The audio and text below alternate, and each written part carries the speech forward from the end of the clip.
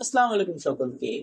তো আফরান নিশো ফিরে এসেছেন, তবে এবার একা নন, সাথে আছেন চঞ্চল চৌধুরী। এবং এবার ঈদে সিনেমা হলে রিলিজ পেতে যাচ্ছে তাদের সিনেমা দম, যা মূলত একটি সার্ভাইভাল থ্রিলার সিনেমা এবং সত্য ঘটনায় নির্মিত, যা মূলত শুট হয়েছে কাজাকিস্তানে। তো তারই ফার্স্ট লুক রিলিজ হয়েছে, তো আজকে আমরা সেটারই রিয়াকশন দিব এবং এর ডিটেলসে কিছু কিছু বিশ্লেষণ করবো। তো চলুন শুরু করা যাক।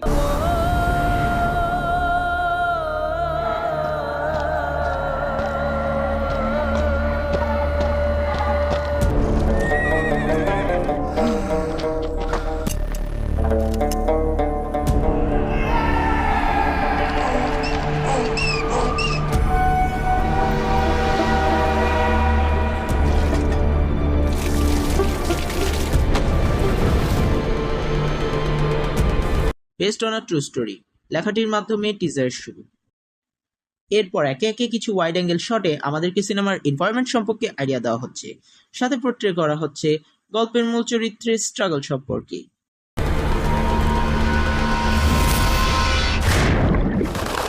দেখা যাচ্ছে আরো গুরুত্বপূর্ণ কিছু মুভ, একের পর এক কিছু শটস এন্ড বুম, মুভির টাইটেল উন্মোচন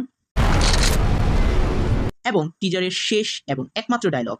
আমি শাহজাহান ইসলাম নূর, বাংলাদেশি মুসলমান, মনে রাখো।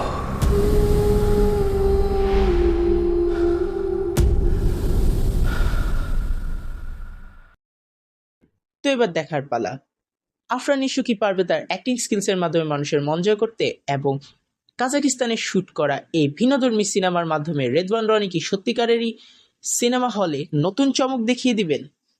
দেখা যাবে সিনেমা হলে এবার ঈদ উল ফিতরে। আপনারা কমেন্ট করতে ভুলবেন না।